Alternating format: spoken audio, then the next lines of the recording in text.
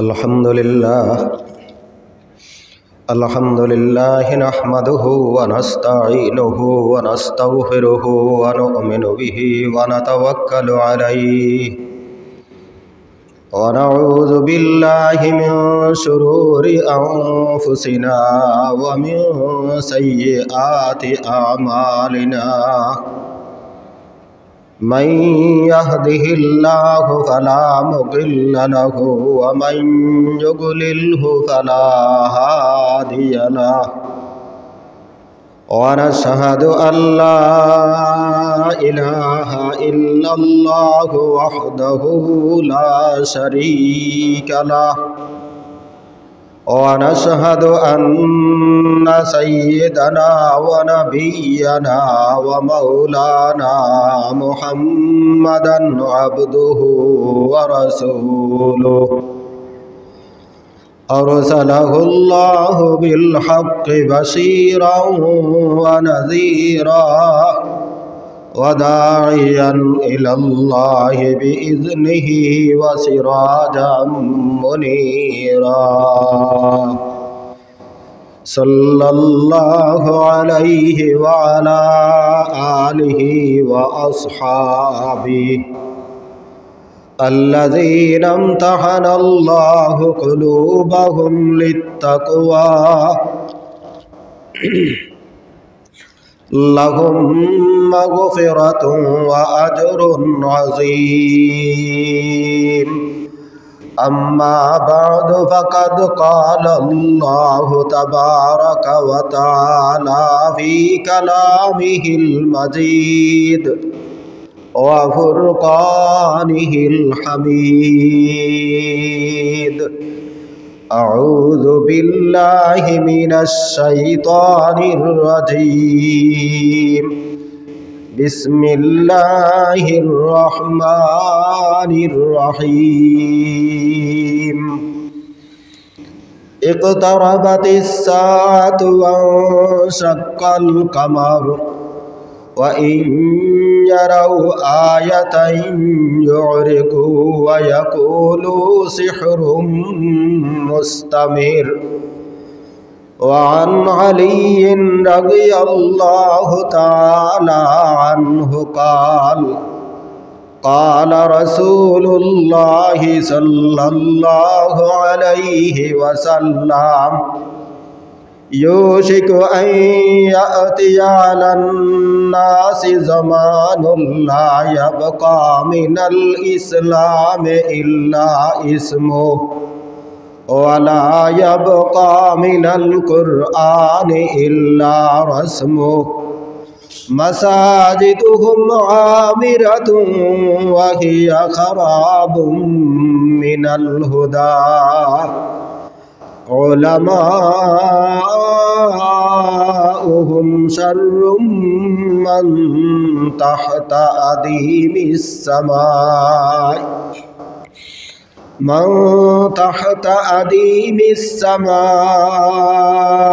मिन इंदिहिम तख़रुजुल फितनतु व फ़ीहिम तऊद वअन अनस रज़ियल्लाहु तआला अन्हु क़ाल रसूलुल्लाहि सल्लल्लाहु अलैहि वसल्लम इन्न मिन अशरातिस साअति अन युरफ़अल इल्मु व यकसुरल जहलु व यकसुरज़ ज़िना व यकसुर शुर्बुल ख़म्रि व यक़िल्लर रिजालु व यकसुरन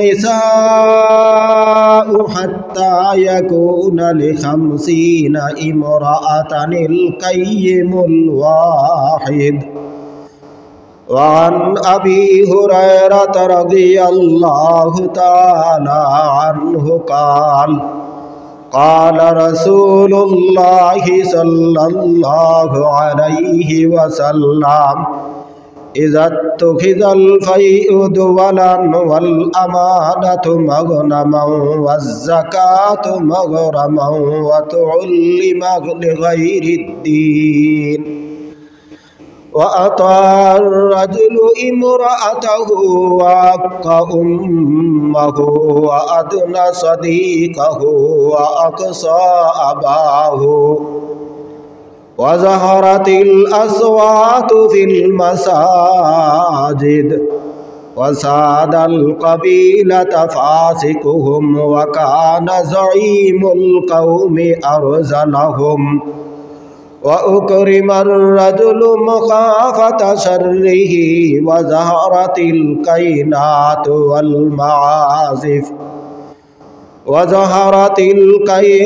والمعازف وشربت الخمور ولعن آخر هذه الأمة أولها فارتقبوا عند ذلك ريحا حمراء وزلزلة وخسفا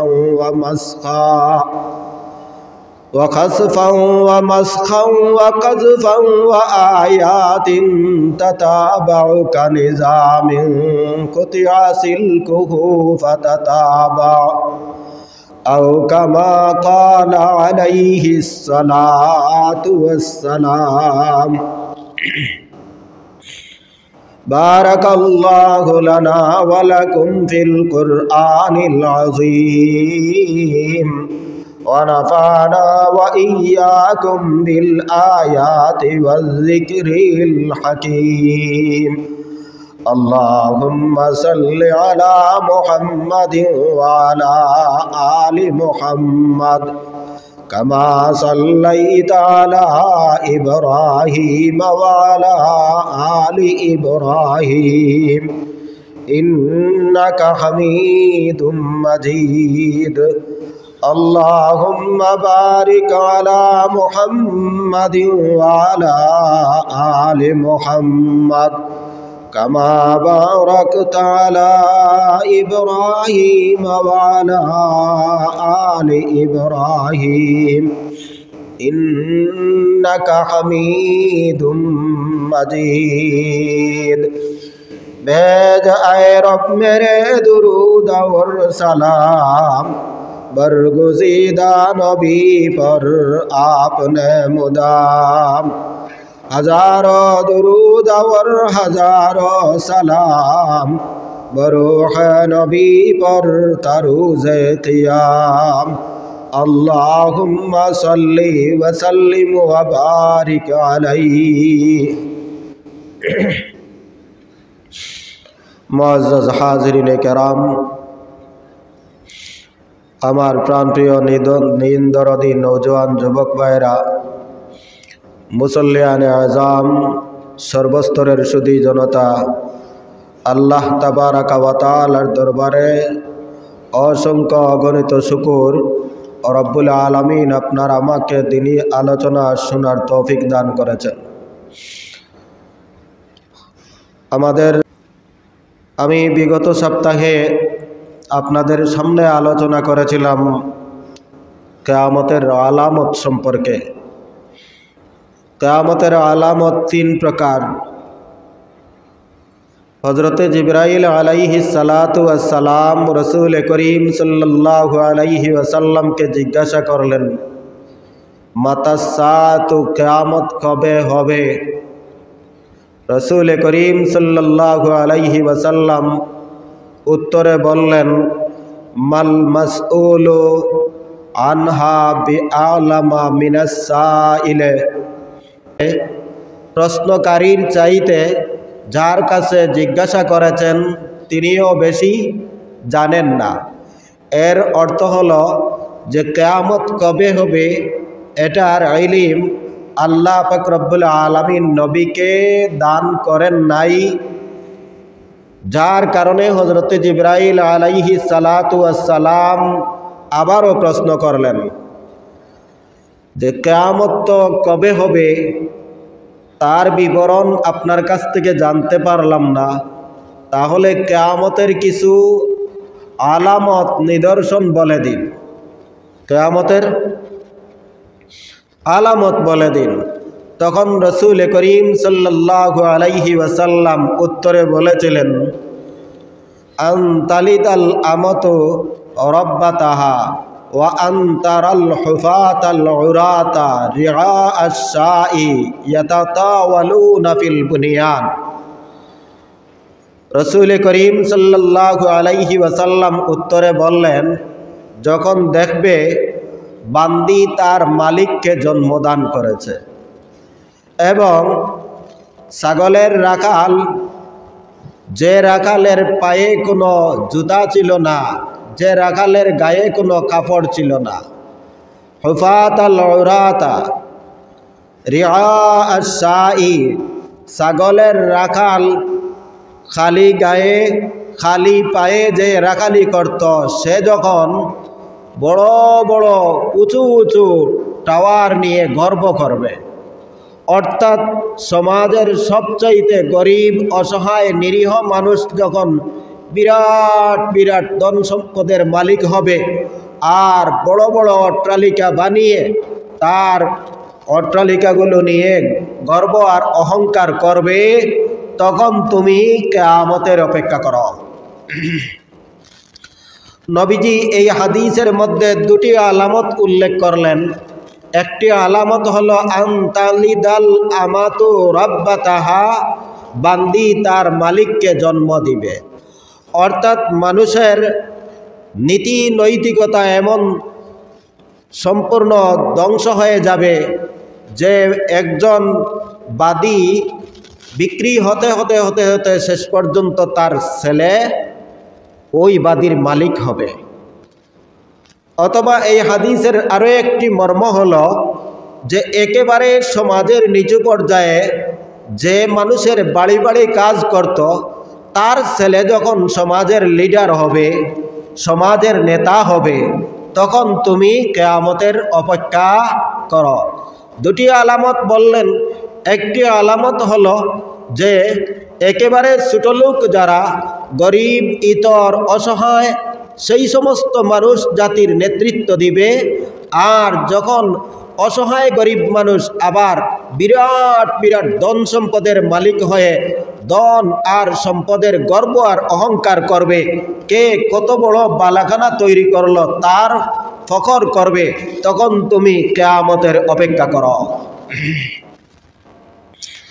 কিয়ামত কবে হবে এই প্রশ্নের উত্তর রসুল করিম সাল্লাল্লাহু আলাইহি ওয়াসাল্লাম দান করেন নাই। আর কিয়ামতের কিছু নিদর্শন রসুল করিম সাল্লাল্লাহু আলাইহি ওয়াসাল্লাম কয়েক হাদিসের মধ্যে উল্লেখ করে গেছেন। আমি আপনাদের সামনে তিনটি হাদিস পাঠ করেছি। এই তিনটি হাদিসের মধ্যে রসুল করিম সাল্লাল্লাহু আলাইহি ওয়াসাল্লাম সর্বমোট 24টি কিয়ামতের আলামতের আলোচনা করেছেন। 24টা নিদর্শনের কথা নবীজি ভবিষ্যৎবাণী করে গেছেন। যখন এই সমস্ত আলামত প্রকাশ পাবে, তখন তোমরা কিয়ামতের অপেক্ষা করতে থাকো, কিয়ামতের অপেক্ষা করতে থাকো। কিয়ামতের আলামত মৌলিকভাবে 3 প্রকার। প্রথম কিছু দূরবর্তী আলামত, আর দ্বিতীয় হলো কিছু কিয়ামতের একেবারে নিকটবর্তী কিছু আলামত, আর মধ্যবর্তী কিছু আলামত। আলামতে সুগরা, আলামতে কুবরা, আলামতে উস্তা। আলামতে সুগরা, আলামতে কুবরা, আলামতে উস্তা। কিয়ামতের যে কয়েক ভাগে আলামত উল্লেখ করা হয়েছে, কিয়ামতের দূরবর্তী এক আলামত হলো আসমানের চাঁদ বিদীর্ণ হয়ে যাওয়া, 2 খণ্ড হয়ে যাওয়া নবীজির হাতের আঙ্গুলের ইশারায়। 2 নম্বর আলামত হলো এই কোরআন নাজিল হওয়া। তারপরে যখন কিয়ামতের আগ পর্যন্ত আর কোনো কিতাব নাজিল হবে না, এটাই হলো সর্বশেষ কিতাব, কিয়ামতের আগের কিতাব। এরপরে আর কোনো কিতাব আসবে না, তাই এটাও হলো দূরবর্তী একটি আলামত। আর আখেরি জমানার নবী মুহাম্মদুর রাসূলুল্লাহ সাল্লাল্লাহু আলাইহি ওয়াসাল্লামের আগমনটাই হলো কিয়ামতের দূরবর্তী একটি আলামত। যে 1,24,000 পয়গম্বর দুনিয়াতে আগমন করেছেন। সর্বশেষ নবী কিয়ামতের পূর্ববর্তী নবী হলেন মুহাম্মদুর রাসূলুল্লাহ সাল্লাল্লাহু আলাইহি ওয়াসাল্লাম। এই তিনটা গুরুত্বপূর্ণ দূরবর্তী আলামত। আর কিয়ামতের একেবারে নিকটবর্তী কিছু আলামত, যেই আলামতটা হযরত ঈসা আলাইহিস সালাতু ওয়াস সালাম আবার অবতরণ করবেন, ইমাম মাহদি এ জগতে আবির্ভূত হবেন এবং দাব্বাতুল আরজের আবির্ভাব হবে, কানা দাজ্জালের আবির্ভাব হবে, জমিন তার সমস্ত ভূগর্ভস্থ সোনা রূপা সবগুলো জমিনের উপর ভাসিয়ে দেবে। এই কয়েকটা আলামত হলো কিয়ামতের একেবারে নিকটবর্তী, একেবারে নিকটবর্তী। কিয়ামতের মধ্যবর্তী কিছু আলামত, যেই এই আলামতগুলো যত বেশি প্রকাশ পাবে কিয়ামত তত নিকটবর্তী হবে। এই আলামতগুলো যত বেশি প্রভাব ঘটবে কিয়ামত তত বেশি নিকটবর্তী হবে। এই ধরনের আলামত আমি আজকে আপনাদের সামনে আলোচনা করার জন্য রসুল করিম সাল্লাল্লাহু আলাইহি ওয়াসাল্লামের 3খানা হাদিস আপনাদের সামনে পাঠ করেছি। কয়টা আলামত? 24টা আলামতের আলোচনা করব। এই 24টা আলামত নবীজি 3টি হাদিসের মধ্যে বিবরণ দান করেছেন। এই আলামতগুলো হলো যত বেশি যে যুগের মধ্যে প্রকাশ পাবে সেই যুগটাই কিয়ামতের তত বেশি নিকটবর্তী হবে। প্রথম হাদিসে আমি উল্লেখ করেছিলাম হযরতে আলী রাদিয়াল্লাহু তাআলা আনহু সূত্রে বর্ণিত, রসুল করিম সাল্লাল্লাহু আলাইহি ওয়াসাল্লাম বলেন, কিয়ামতের আগে মানুষের কাছে এমন এক জমানা আগমন করবে, এমন এক যুগ আসবে যেই যুগে ইসলাম শুধুমাত্র নাম থাকবে, ইসলামের মৌলিক কোনো আন্তরিক কাজ থাকবে না। ইসলাম নাম থাকবে কিন্তু ইসলামের মৌলিক কোনো আন্তরিক কাজ থাকবে না।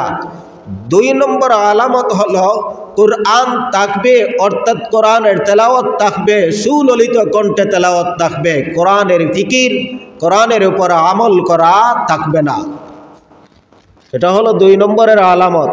1 নম্বরের আলামত নামমাত্র ইসলাম থাকবে, 2 নম্বরের আলামত নামমাত্র কোরআন আর তেলাওয়াত থাকবে, আর 3 নম্বরের আলামত হলো মসজিদগুলো অতি সুন্দরভাবে আবাদ করা হবে কিন্তু হেদায়ত শূন্য হবে। মসজিদ হেদায়ত শূন্য হবে, হেদায়ত থাকবে না মসজিদে। মসজিদের দালান কোঠা নিয়ে গর্ব অহংকার করা হবে। কার মসজিদ কতটুকু সুন্দর হতে পারে, বিশাল বিশাল মসজিদের কোনো অভাব নাই, কিন্তু মসজিদে মুসল্লির অভাব নাই, তারপরেও হেদায়ত শূন্য থাকবে।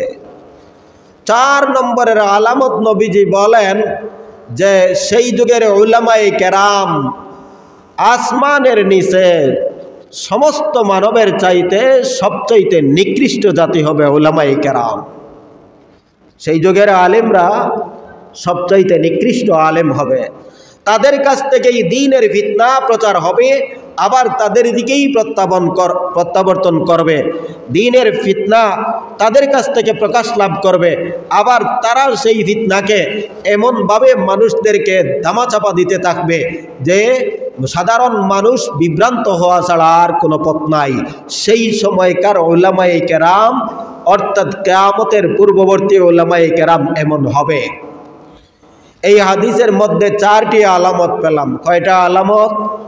একটা হলো ইসলাম থাকবে, নামমাত্র ইসলাম থাকবে, মুসলমান থাকবে, নামমাত্র মুসলমান থাকবে, কোরআন থাকবে, নামমাত্র কোরআন থাকবে, মসজিদ থাকবে, সুন্দরে মসজিদ হবে, হেদায়ত শূন্য হবে, উলামায়ে কেরাম থাকবে, তাদের মধ্যে দ্বীনদারি থাকবে না, বরং ফিতনা ফাসাদ আর ভাইরালের ধান্দা চিন্তা থাকবে।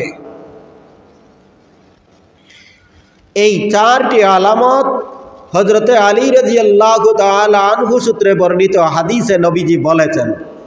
হযরতে আনাস ইবনে মালিক রাদিয়াল্লাহু তাআলা আনহু সূত্রে বর্ণিত হাদিসে রাসূল করিম সাল্লাল্লাহু আলাইহি ওয়াসাল্লাম আরো 6টি আলামতের কথা বলেছেন। ইন্না মিন আসরাতিস সাআতি আন ইউরফাল ইলমু ওয়া ইয়াকসুরাল জাহলু। নবীজি বলেন কিয়ামতের লক্ষণের মধ্য থেকে একটি লক্ষণ হলো যে ইলম উঠে যাবে, ইলম উঠে যাবে, ইলম উঠে যাবে। আর মূর্খতা বৃদ্ধি পাবে, এমন বৃদ্ধি পাবে চতুর্দিকে মানুষের মূর্খতার কোনো অভাব থাকবে না। ওয়ায়াকসুরাল জাহলু ওয়ায়াকসুরাজ জিনা। নবীজি 3 নম্বরে বলেন যে জিনা ব্যভিচার এত বেশি বৃদ্ধি পাবে যে এটাকে মানুষে একটি অপরাধ, একটি গুনাহ, সামাজিক কলঙ্ক তাও অনুধাবন করবে না। 4 নম্বরের আলামত রাসূল করিম সাল্লাল্লাহু আলাইহি ওয়াসাল্লাম বলেন ওয়ায়াকসুরা শুরবুল খামরি, আর মদ পান বেড়ে যাবে, মদ পান বেড়ে যাবে। 5 নম্বরের আলামত এই হাদিসে নবীজি বলেন ওয়ায়াকিল্লার রিজালু, পুরুষের হার হ্রাস পাবে, কমে যাবে। ওয়ায়াকসুরান নিসাউ, আর মহিলার হার বৃদ্ধি পাবে, মহিলার জনসংখ্যা বৃদ্ধি পাবে, পুরুষের জনসংখ্যা হ্রাস পাবে। এটাই হলো কিয়ামতের আলামত। এই হাদিসের মধ্যে আনাস রাদিয়াল্লাহু তাআলা আনহু সূত্রে বর্ণিত হাদিসে নবীজি 6টি আলামত বলেছেন। একটি আলামত হলো ইলম উঠে যাবে, 2 নম্বর আলামত হলো মূর্খতা বৃদ্ধি পাবে, 3 নম্বরের আলামত হলো জিনা ব্যভিচার ব্যাপকভাবে প্রচলন লাভ করবে, 4 নম্বরের আলামত মদ এবং শরাব পানের প্রচলন বৃদ্ধি পাবে, অবাধভাবে মদ পান করা হবে। আর 5 নম্বরের আলামত পুরুষের সংখ্যা হ্রাস পাবে। 6 নম্বরের আলামত হলো নারীর সংখ্যা বৃদ্ধি পাবে। এই 6টা, আর আগে 4টা, কয়টা? 10টা, সর্বমোট 10টা আলামত। আবু হুরায়রা রাদিয়াল্লাহু তাআলা আনহু সূত্রে বর্ণিত রাসূল করিম সাল্লাল্লাহু আলাইহি ওয়াসাল্লাম বলেন এক হাদিসের মধ্যে 15টি আলামত, এক হাদিসের মধ্যে 15টি আলামতের কথা উল্লেখ করেছেন। ইজাত তুখিজাল ফায়উদু ওয়ালান ওয়াল আমানাতু মাগনামান ওয়াজ যাকাতু মাগরামান ওয়া তুল্লিমা লিগাইরিদ্দিন ওয়া আতা'আর রাজুলু ইমরাআতাহু ওয়া আক্কা উম্মাহু ওয়া আদনা সাদিকাহু ওয়া আকসা আবাহু। এই 15টির মধ্য থেকে প্রথম আলামত হলো ইজাত তুকিজাল ফায়উদু ওয়ালান, যখন মানুষে গনিমতের মালকে নিজের সম্পদের মতো ধারণা করবে। গনিমতের মাল বলা হয় যুদ্ধলব্ধ মাল, যুদ্ধের মাধ্যমে যে সম্পদ লাভ করা যায় তার ইসলামী নীতি মোতাবেক বন্টন করতে হবে। আর সঞ্চিত সম্পদটি রাষ্ট্রীয় কোষাগারে জমা রাখতে হবে। নবীজি বলেন এই সম্পদটা যখন ব্যক্তিগত সম্পদে রূপান্তরিত করার চেষ্টা করা হবে তখন তোমরা কিয়ামতের অপেক্ষা করো। যখনই জাতীয় সম্পদ, যখন সমস্ত জনগণের সম্পদকে আত্মসাৎ করার চেষ্টা করা হবে এবং লুট করার চেষ্টা করা হবে তখনই মনে করো কিয়ামত তোমাদের সামনে চলে আসছে। ইজাত তুখিজাল ফায়উদু ওয়ালান ওয়াল আমানাতু মাগনামা। নবীজি এই হাদিসের 2 নম্বরের কিয়ামতের আলামতের কথা বলেন যে আমানত যদি রাখা হয় তাহলে আমানতটারে খেয়ানত করে, আমানতকে মাগনামা গনিমত ধারণা করে, গনিমত মনে করে, অর্থাৎ নিজের সম্পদ এবং নিজের পাওনা একটা হাদিয়া যেভাবে বুক করা হয় ঠিক তদ্রূপভাবে আমানতের মালকেও মানুষে বুক করবে। এই কিয়ামতের আলামতের মধ্য থেকে 2 নম্বরের আলামত। এক সাহাবী রসুল করিম সাল্লাল্লাহু আলাইহি ওয়াসাল্লামের কাছে আসলেন। উনি গ্রাম্য সাহাবী। গ্রাম্য যারা, অনেক সময় এই সমস্ত সাহাবাই কেরাম নবীজিকে এমন উল্টাপাল্টা প্রশ্ন করেছেন। কারণ যে সমস্ত সাহাবাই কেরাম সবসময় নবীজির দরবারে থাকেন, তারা নবীজির সম্মান, ইজ্জত, সময় এবং অবস্থার প্রেক্ষাপটে প্রশ্ন করেন। আর গ্রাম থেকে যারা আসে তারা এই সব কিছু বুঝে না, ইচ্ছা মতো যখন যা ইচ্ছা প্রশ্ন করে।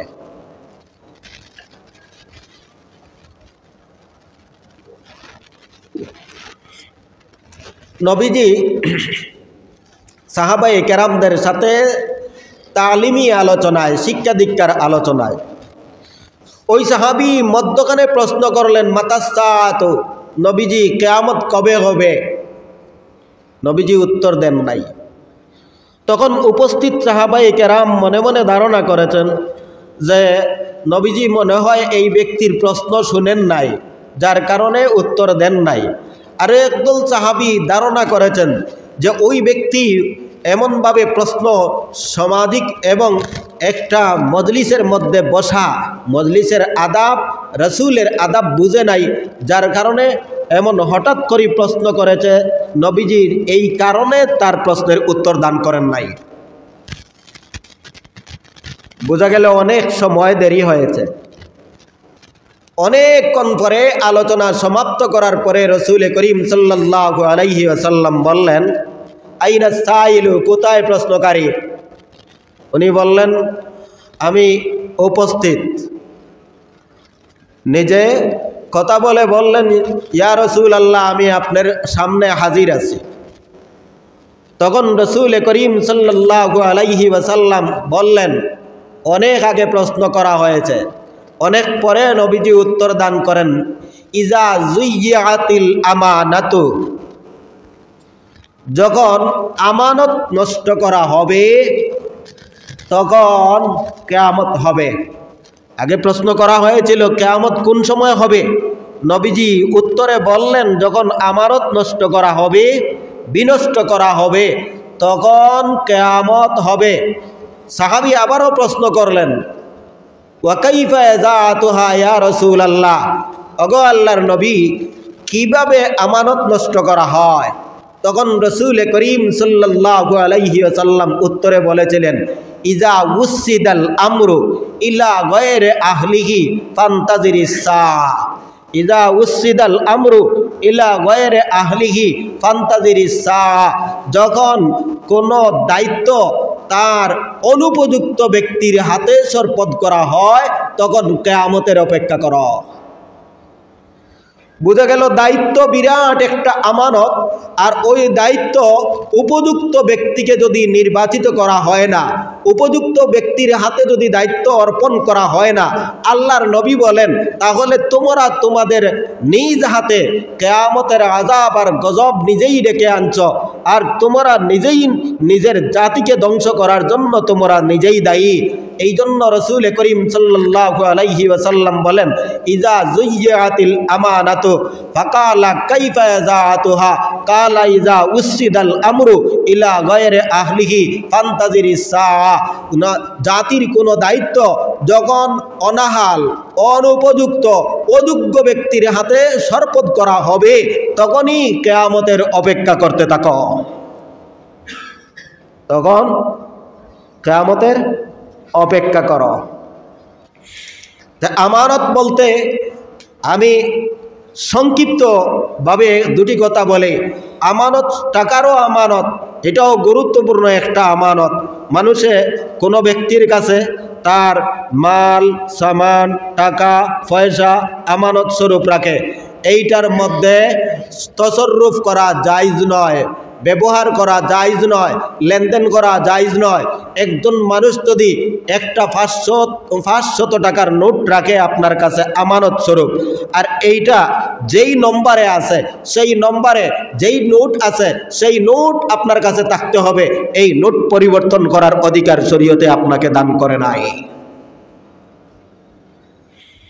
আমরা তো আমানত পাইলে আল্লাহ দিছে, কয়েকদিন পরে আপনি যদি তার কাছে আমানতের টাকা আমানতের বস্তুটা খুঁজতে চান তাহলে বলবে ভাই একটু পরে দেখা করিয়েন, আজকে আমার সময় নাই।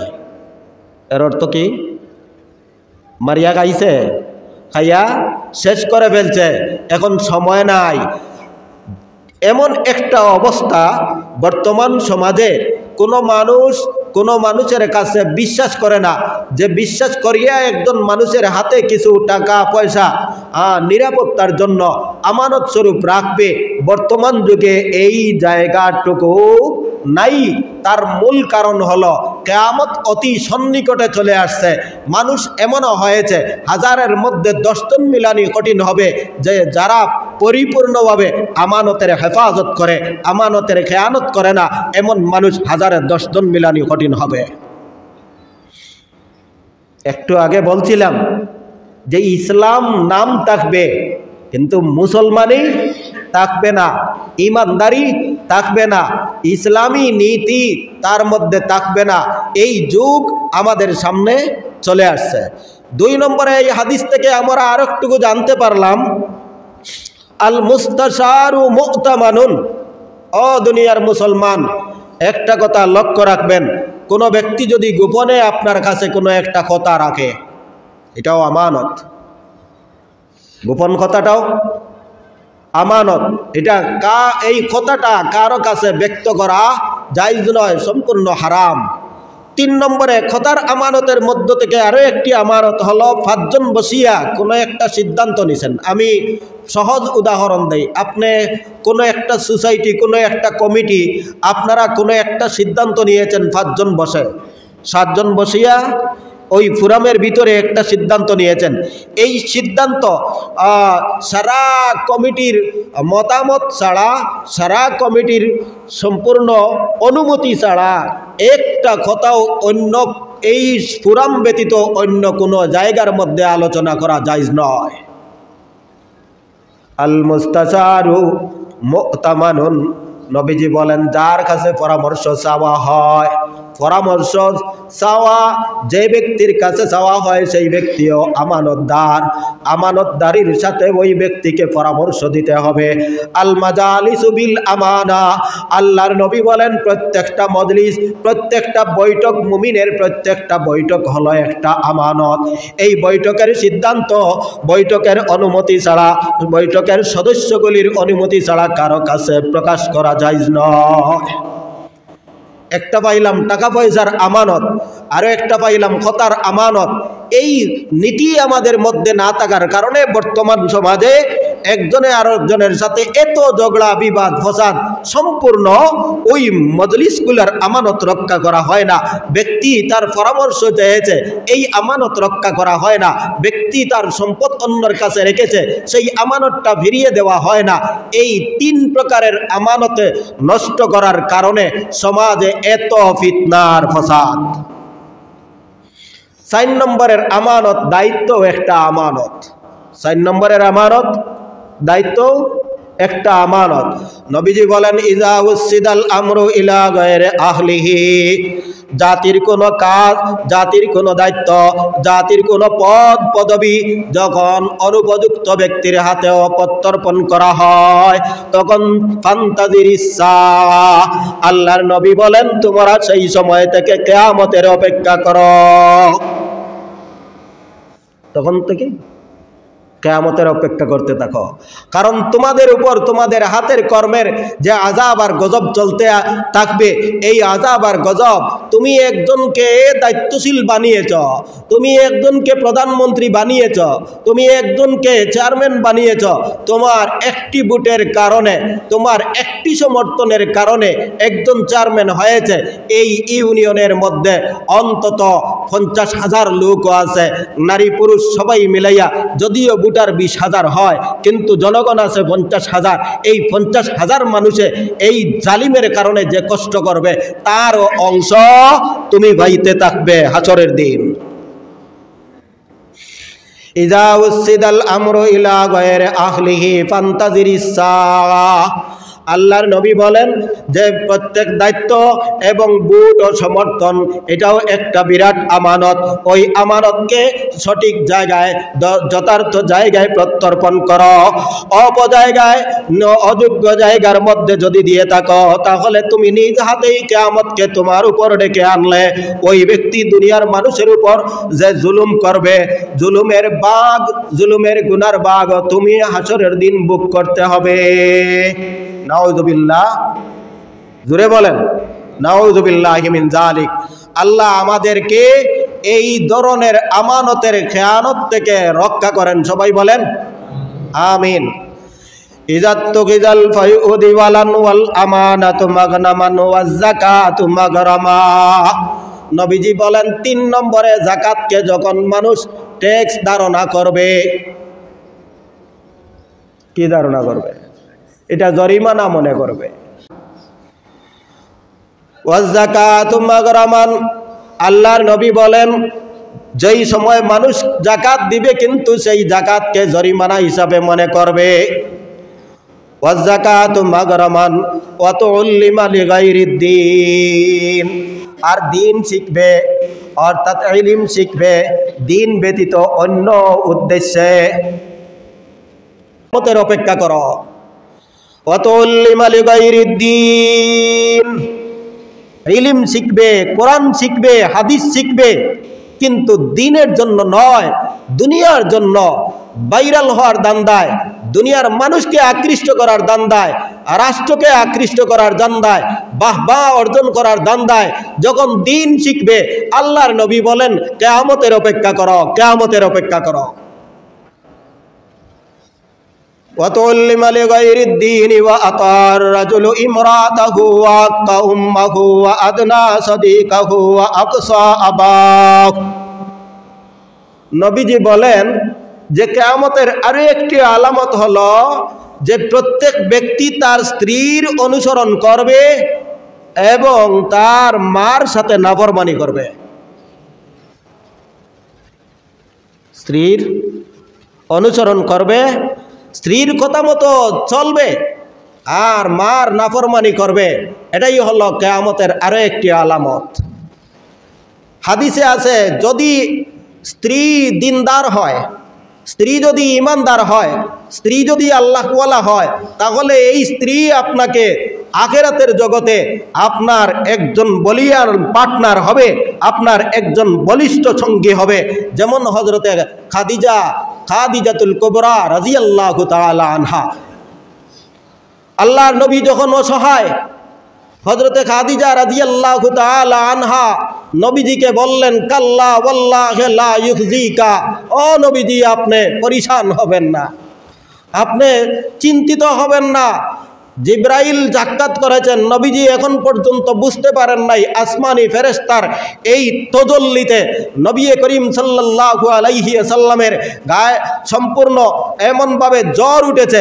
নবীজি বললেন জাম্মিলুনি জাম্মিলুনি, খাদিজা আমাকে চাদর পরাও, আমাকে কম্বল দাও। আল্লাহ পাক রব্বুল আলামিন আসমান থেকে একটা নয় কয়েকটা আয়াত নাজিল করে দিলেন যে নবীজি ওই অবস্থায় চাদর পরিধান করার কারণে আল্লাহ চাদরওয়ালা কমলিওয়ালা উপাধি দিয়া দিলেন। সুবহানাল্লাহ। কে বলেছিলেন? খাদিজা বলেছিলেন কাল্লা ওয়াল্লাহি লা ইউখজিকাল্লাহ, ও নবীজি আপনাকে আল্লাহ অসম্মানী করবেন না, আপনাকে আল্লাহ লাঞ্ছিত করবেন না, আল্লাহ আপনাকে অপমানিত করবেন না। ইন্নাকা লাতাসিলুর রাহিমা, নিশ্চয় আপনি আত্মীয় স্বজনের খোঁজ খবর রাখেন, আত্মীয়তার সম্পর্ক বজায় রাখেন, আর আপনি গরিব অসহায় মানুষদেরকে সাহায্য সহযোগিতা করেন এবং দুর্বল মানুষদের দায়িত্ব আপনার কাঁধে নিয়ে নেন। তাই এমন মানুষকে আল্লাহ কোনোদিনও লাঞ্ছিত বঞ্চিত করবেন না। কে পরামর্শ দিছে? এই পরামর্শ দিলেন, এই সৎসাহস দিলেন, এই সান্ত্বনা দিলেন হযরতে খাদিজাতুল কুবরা রাদিয়াল্লাহু তাআলা আনহা। তাই বোঝা গেল স্ত্রী যদি দিনদার হয়, দিনের পথে আপনাকে সাহস দেয়, আর ওই স্ত্রী আর কথা শুনেন, তাহলে এটা হলো কল্যাণকর। আর যেই স্ত্রী দুনিয়াদার হবে, যেই স্ত্রী তোমাকে দুনিয়ামুখী করতে চাবে, সেই স্ত্রীর কথা মানা যাবে না। দিন থেকে বিরত রাখে এমন স্ত্রীর কথা মানা যাবে না। আর 2 নম্বরের বিষয় হলো আল্লাহর নবী বলেন যারা স্ত্রীর খতায় খতায় উঠা বসা করে কিন্তু মায়ের নাফরমানি করে। বর্তমান সমাজে এই ঘটনা নাই মনে হয়। কেমন আছে? বেশি। যতটুকু বেশি ততটুকু কিয়ামত নিকটবর্তী। এমন ঘটনা যেই সমাজের মধ্যে যত বেশি সেই সমাজের জন্য কিয়ামত তত নিকটবর্তী। وأطاع الرجل امرأته وأقى أمه وأدنى صديقه وأقصى أباه। আল্লাহর নবী বলেন 7 নম্বরে ওই ব্যক্তি তার বন্ধুকে কাছে জায়গা দান করে, নিকটে স্থান দান করে, বন্ধুর সাথে বন্ধুত্ব স্থাপন করে, বন্ধুর সাথে দিবানিশি কাটায়। ওয়া আকসা আবাহু, আর বাবাকে দূরে রাখে। অর্থাৎ বাবা বৃদ্ধ হয়ে গেছে, বাবা বুড়ো হয়ে গেছে, বাবার কোনো কথা আর মানা যাবে না। বাবা ওল্ড মডেল, বাবা পুরানা মডেল, বাবাই কিছু বুঝে না। আমরা হলাম ডিজিটাল যুগের মানুষ, এই কারণে সারাটা রাত্রি ছেলে বন্ধু নিয়ে খেলাইতে থাকে, হয়তো তাস খেলায়, নয়তো ক্রিকেট খেলায়, নয়তো দাবা খেলায়, বাবার কথা শুনে না। এমন ঘটনা বর্তমান সমাজে খুব কম। বাবা এমন মুরব্বী যে এই ঠান্ডা, প্রচন্ড ঠান্ডার মধ্যেও বাবা ফজরের নামাজে আসে, কিন্তু ছেলে ফজরের নামাজের সময়কার পূর্বে এমন ঘুম শুরু করে। বাবা যদি ডাকাডাকি করে তাহলে ছেলে বলে বাবা, মায়ে বলে এই সন্তানকে ডাকিও না, সারা রাত্রে এই মাত্র ঘুমাইছে। কে বলে? মায়ে বলে। ওই মাটাও নাফরমান, ওই মাটাও নাফরমান। সন্তান নষ্ট করার জন্য ওই মার বাবা দায়ী। যে বাবা প্রাথমিক যুগে তার সন্তানকে ইসলামী শিক্ষা আল্লাহওয়ালা বানানোর চিন্তা করে নাই, সন্তান তো কিছুটাই করবে এমন ধারণা করে বসেছে, তার পরবর্তী যুগের অবস্থা হবে বাবার গাঁট ধরে ধাক্কা মেরে বাড়ি থেকে বের করে দিবে। তাও আছে, সমাজও আছে। মারে রাস্তায় নিয়ে ফেলে দে, মারে জঙ্গলে নিয়ে ফেলে আসছে, বাবাকে জঙ্গলে নিয়ে ফেলে আসছে, বাবাকে ঘর থেকে তাড়িয়ে দিয়েছে বাবার সম্পদ নেওয়ার জন্য, জীবিত অবস্থায় টিপসই নিয়ে নিছে। এমন সন্তান সমাজে আছে না? না নাই? এর কারণ কি? ওই বাবা যখন সন্তান অসহায় ছিল, দুর্বল ছিল, সন্তান যখন কচি ছিল, যেই সন্তানটা মানুষ রূপে গড়ার একটা সম্পূর্ণ খায়া ছিল, তখন ওই বাবা সেই সন্তানের পিছনে আল্লাহওয়ালা বানানোর চিন্তা করে নাই। বাবা চিন্তা করেছে আমার ছেলে একটা মডার্ন ছেলে হবে, আমার ছেলে একটা স্ট্যান্ডার্ড ছেলে হবে, আমার ছেলে একটা সমাজের লম্পট নেতা হবে, আমার ছেলে একজন লিডার হবে, আমার ছেলে অনেকটা মানুষ মারিয়া দরিয়া আমার ঘরে বিশাল সম্পূর্ণ বালাখানার মতো বানাইয়া দিছে। এই বাবার জন্য কিছুদিনের অপেক্ষা, তারপরে তার কিয়ামত দুনিয়ার জীবনে তার সন্তানের হাতেই চলে আসবে। আল্লাহ নবী বলেন وأطاع الرجل امرأته وأقى أمه وأدنى صديقه وأقصى أباه وظهرت الأصوات في المساجد। আর মসজিদের মধ্যে আওয়াজ বেড়ে যাবে। ওয়াজহারাতিল আসওয়াতু ফিল মাসাজিদ, দুনিয়াবি কথা বেড়ে যাবে, মসজিদের মধ্যে সুরগুল বেড়ে যাবে। এই মসজিদের মধ্যে যেই দিন থেকে দুনিয়াবি কথায় সুরগুল বেড়ে যাবে, যেই দিন থেকে লিডারি কথায় সুরগুল বেড়ে যাবে, যেই দিন থেকে মস্তানি কথায় সুরগুল বেড়ে যাবে, সেই দিন থেকে কিয়ামতের অপেক্ষা করো। ওয়াজহারাতিল আসওয়াতু ফিল মাসাজিদ ওয়াসাদাল কবিলাতা ফাসিকুহুম ওয়া কানা যাইমুল কওমি আরজালাহুম। আল্লাহর নবী বলেন গোত্রের সর্দার, গোত্রের সবচাইতে নিকৃষ্ট ব্যক্তি লিডার হয়ে যাবে, আর জাতীয় সর্দার তাদের মধ্যে সবচাইতে পাপিষ্ট ব্যক্তি জাতীয় সর্দার রূপান্তরিত হয়ে যাবে। আমাদের পাড়া প্রতিবেশীর দিকে তাকাইলে, প্রত্যেকে যার যার এলাকার দিকে তাকান, দেখবেন একটা টুকাইর ছেলে আজ বিরাট একটা লিডার, আর তার দাপটে সাধারণ সভ্য ভদ্র শিক্ষিত সমাজ আর ইজ্জত নিয়ে বাঁচার কোনো উপায় নাই, তাকে শ্রদ্ধা করতে হবে। এটা হলো বড় একটা লিন্টার। وأكرم الرجل مخافة شره وساد القبيلة فاسقهم وكان زعيم القوم أرذلهم। আল্লাহর নবী বলেন জাতীয় লিডার হবে ওয়াকানা জাইমাল কওমি ওয়াকানা জাইমুল কওমি আরজালাহুম, আর কওমের সর্দার, জাতীয় লিডার, জাতীয় নেতা হবে তাদের মধ্যে সবচাইতে নিকৃষ্ট ব্যক্তি, যার মধ্যে ঈমান নাই, যার মধ্যে ধর্ম নাই, যার মধ্যে নামাজ নাই, যার মধ্যে দ্বীন নাই, যার মধ্যে কোরআন নাই, যার মধ্যে আমল নাই, যার মধ্যে আমানতদারি নাই, যার মধ্যে সাম্যতা নাই, যার মধ্যে আত্মীয়তার সম্পর্ক বজায় রাখা নাই, যার মধ্যে মানবের অধিকার আদায় করার কোনো ক্ষমতা নাই, এমন ব্যক্তি জাতীয় লিডার হয়ে যায়। আছে না নাই? ওয়াকানা জাইমুল কওমি আরযালাহুম, আল্লাহর নবী বলেন তাদের নিকৃষ্ট ব্যক্তি জাতীয় লিডার হয়ে যাবে। ওয়াসাদাল কবিলাতা ফাসিকুহুম ওয়াকানা জাইমুল কওমি আরযালাহুম ওয়া উকরিমার রাজুলু মাখাফাতা শাররিহি, আর ব্যক্তিকে সম্মান করা হবে তার ত্রাসের বয়ের কারণে। যদি সম্মান না করি তাহলে হয়তো ডাকাতি করবে, নয়তো চাঁদাবাজি করবে, নয়তো কোনো চাপে ফেলাইবে, নয়তো আমাকে কোনো ধরনের ক্ষতি করে ফেলবে। এই ইজ্জত আর সম্মানের ভয়ে মানুষদেরকে যখন ত্রাস সৃষ্টিকারী সন্ত্রাসীকে সম্মান করা হবে, আল্লাহর নবী বলেন তখন কিয়ামতের অপেক্ষা করো। ওয়াউকরিমার রাজুলু মাখাফাতা শাররিহি ওয়াশুরিবাতিল খুমুরু, আর মদ, রকমারি মদ পান করা হবে জাতীয় ইন্টারন্যাশনাল লাইসেন্স দিয়া। কি দিয়া? কেউ আছে নাম পাল্টাইয়া মদ পান করবে, কেউ আছে নিজে নিজে মদ পান করবে, কেউ আছে লাইসেন্সদারি মদ পান করবে, কেউ আছে আড্ডাখানায় মদ পান করবে।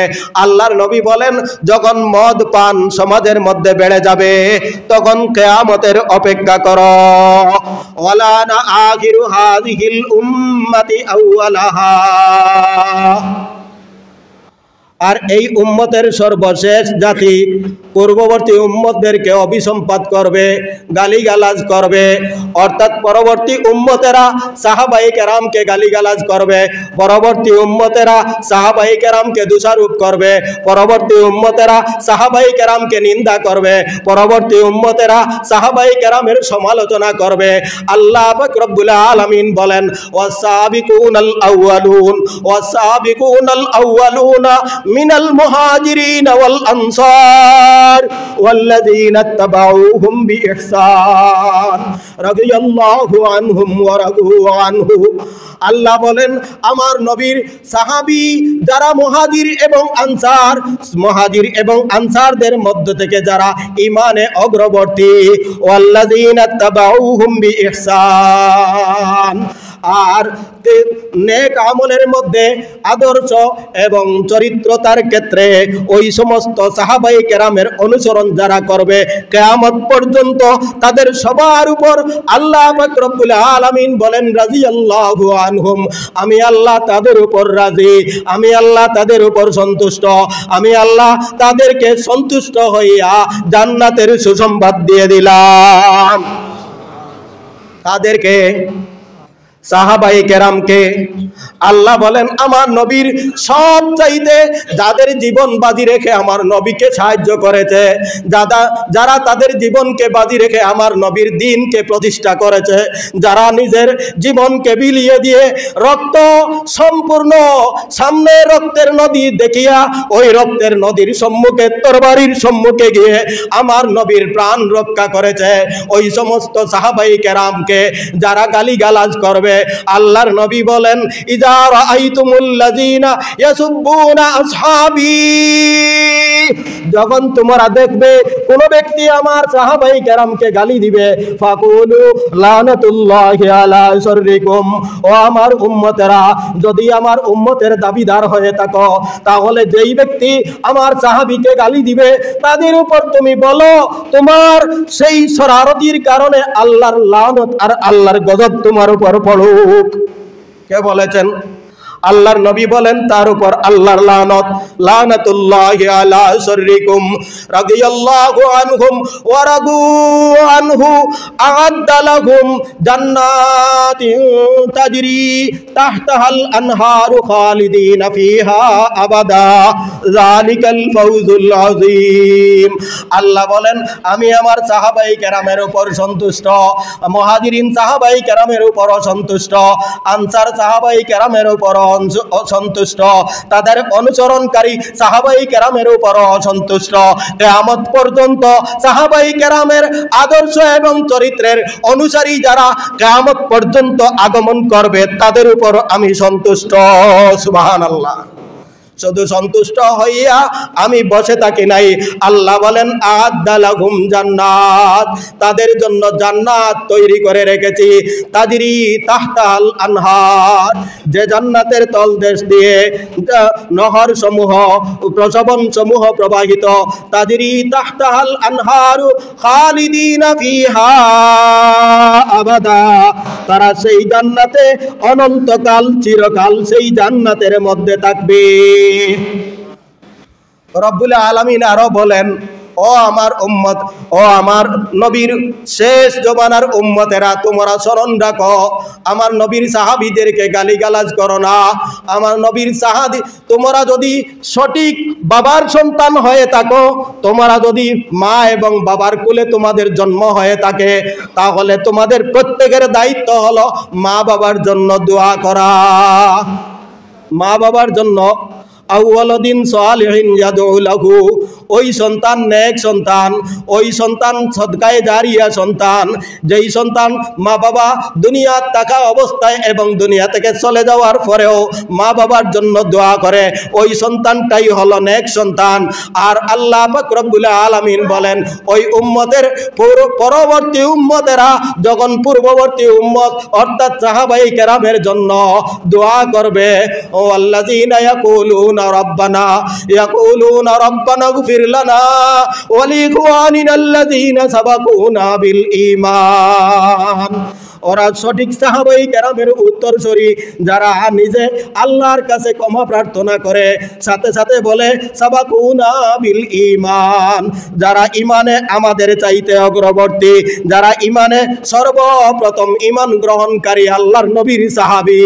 ওয়াল্লাযীনা ইয়াকুলুনা রাব্বানা গফির লানা ওয়া লিইখওয়ানিনা আল্লাযীনা সাবাকুনা বিল ঈমান ওয়া লা তাজআল ফী কুলুবিনা গিল্লাল লিল্লাযীনা আমানু। এই সমস্ত ঈমানদারের অন্তর যেইভাবে আল্লাহ পাক রব্বুল আলামিন আসমানি কম্পিউটার ক্যামেরা দিয়া, আসমানি রিক্টার স্কেল দিয়া, আসমানি ক্যামেরার মাধ্যমে তাদের অন্তরকে দুলাই করিয়া এমন ভাবে ঈমানদার বানিয়েছিলেন, তাদের অন্তরের মধ্যে যেইভাবে ঈমান ছিল আমাদের অন্তরও তাদের অন্তরের সাথে মিলাইয়া দাও। সুবহানাল্লাহ বলবেন না? والذين يقولون ربنا اغفر لنا ولإخواننا الذين سبقونا بالإيمان ولا تجعل في قلوبنا غلا للذين آمنوا ربنا إنك رؤوف رحيم। আল্লাহ আপনি ক্ষমাশীল দয়াময়, ও দয়াময় মাবুদ, আপনি আমাদের অন্তরটারেও সাহাবায়ে কেরামের অন্তরের সাথে মিলাইয়া দাও। এটা আল্লাহ কোরআন শরীফের মধ্যে শিক্ষা দিয়েছেন, সাহাবায়ে কেরামের ক্ষমার জন্য দোয়া করতে হবে, যেমনি ভাবে মা বাবার জন্য আল্লাহ পাক রব্বুল আলামিন দোয়া শিক্ষা দিয়েছেন, রব্বির হামহুমা কামা রব্বায়ানি সগীরা। ও সন্তান, তুমি হলে নেক সন্তান, তোমার বাবার জন্য দোয়া করো। আল্লাহর কাছে এমন কথা উল্লেখ করিয়া, আল্লাহ আমার মা বাবা ছোটবেলায় আমাকে যেইভাবে লালন পালন করেছে, কষ্ট সন্তুষ্ট করিয়া ঠিক তদ্রূপ ভাবে তুমি আল্লাহ তাদেরকেও দয়া এবং রহম করো। সুবহানাল্লাহ। যেভাবে মা বাবার লাগিয়া মা বাবার জন্য দোয়া করতে হয়, এই উম্মতের মা আর বাবার সমান হযরতে সাহাবায়ে কেরাম, হযরতে সাহাবায়ে কেরাম, আল্লাহর নবীর সাহাবায়ে কেরামের সাথে আমাদের মহব্বত। হুব্বুল আনসারে মিনাল ঈমান, হুব্বুল আনসারে মিনাল ঈমান। আল্লাহর নবী বলেন আনসারের মহব্বত ঈমানের অংশ। ও বুগদুল আনসারে মিনান নিফাক, আনসারের সাথে কোনো ধরনের দুশমনি যদি রাখে তাহলে এটাই হলো মুনাফিকের আলামত। নবীর সাহাবায়ে কেরাম সম্পর্কে সমালোচনা তো দূরের কথা, আমসিকু, আল্লাহর নবী বলেন মুখ বন্ধ রাখো, মুখ চুপ থাকো, সাহাবায়ে কেরামের সমালোচনা করিও না। যদি তোমার সামনে কোনো মুনাফিক, কোনো গাদ্দার, এই উম্মতের সবচাইতে নিকৃষ্ট জাতি তোমার সামনে যদি আল্লাহ নবীর সাহাবীকে নিয়ে কটূক্তি করে তাহলে তোমার দায়িত্ব হলো ফাকুলু লানাতুল্লাহি আলা শাররিকুম, তুমি তাকে আল্লাহর লানত দেওয়া হলো তোমার দায়িত্ব। আল্লাহ পাক রব্বুল আলামিন আপনার আমাকে সাহাবায়ে কেরামের সমালোচনা থেকে হেফাজত করেন। সবাই বলেন আমিন। সাহাবায়ে কেরামের ঈমানের মতো ঈমান আমাদের সবাইকে দান করেন। সাহাবায়ে কেরামের আদর্শের মতো আদর্শ আমাদের সবাইকে দান করেন। সাহাবায়ে কেরামের তাকওয়ার মতো তাকওয়া আমাদের সবাইকে দান করেন। আল্লাহ বলেন তাদের অন্তরকে আমি এমনভাবে পরীক্ষা করেছি, উলাইকাল্লাযী নামতাহানাল্লাহু কুলুবাহুম লিত্তাকওয়া, তাকওয়ার ব্যাপারে তাদের অন্তরকে এমনভাবে যাচাই বাছাই করে পরীক্ষা করেছি, এরপরে তাদেরকে আমি পরীক্ষায় 100% উত্তীর্ণ পাইয়া তাদের জন্য জান্নাতের ফয়সালা দিয়ে দিচ্ছি। এদের ব্যাপারে চুলকায়, এদের ব্যাপারে গালি দেয়, এদের ব্যাপারে সমালোচনা করে, এদের ব্যাপারে বর্তমান সমাজে একদল মানুষ সাহাবায়ে কেরামকে নিয়ে তুলপাড় ঘটায়। আল্লাহ ওদেরকে হেদায়েত দান করেন, সাহাবী বিদ্বেষীদেরকে হেদায়েত দান করেন, শিয়াইজম প্রতিষ্ঠাকারীদেরকে হেদায়েত দান করেন, ওই বাতিল গোষ্ঠী খারিজি গোষ্ঠীকে আল্লাহ হেদায়েত দান করেন, লামজবি আহলে হাদিসদেরকে আল্লাহ হেদায়েত দান করেন। আল্লাহ আমাদের সবাইকে সাহাবায়ে কেরামের উত্তরসূরি হওয়ার তৌফিক দান করেন। ওয়া আখিরু দাওয়ানা আলহামদুলিল্লাহি রাব্বিল আলামিন।